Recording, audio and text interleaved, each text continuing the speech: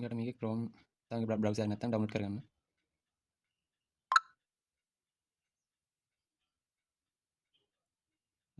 Video නේ.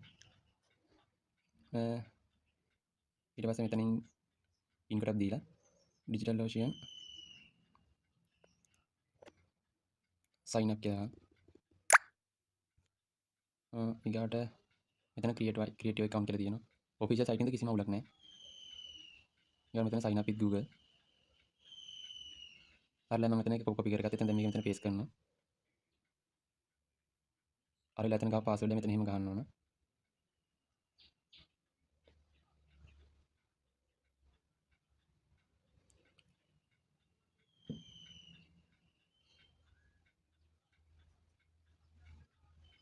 ඊට පිල් කරන්න වෙනවා. මෙතන what your business type කියන type එක දෙන්න. මෙතනින් digital agency කියන එක දෙන්න.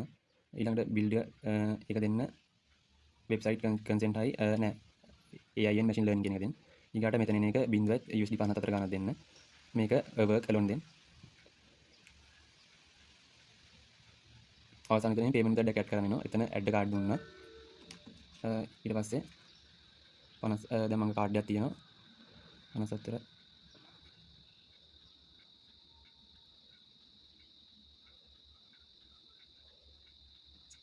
ඊට පස්සේ MMY කියන්නේ expire date එකයි expire month එකයි year එකයි. ඊට පස්සේ තමයි CV කියන්නේ පිටිපස්සේ තියෙන අංක තුනක ඉලක්කමක් ගන්නනේ.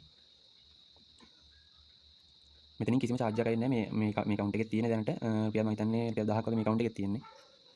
මෙතනින් country එක ශ්‍රී ලංකාව තෝරගන්න.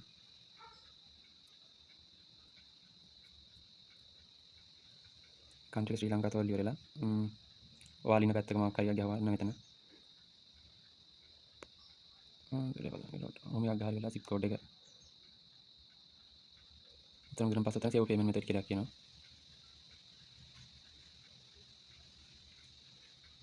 ඊගාට card address successful කියලා වැටෙනවා. ඊගාට මෙන්න මෙහෙම ocean account එකට යන්නේ නැහැ.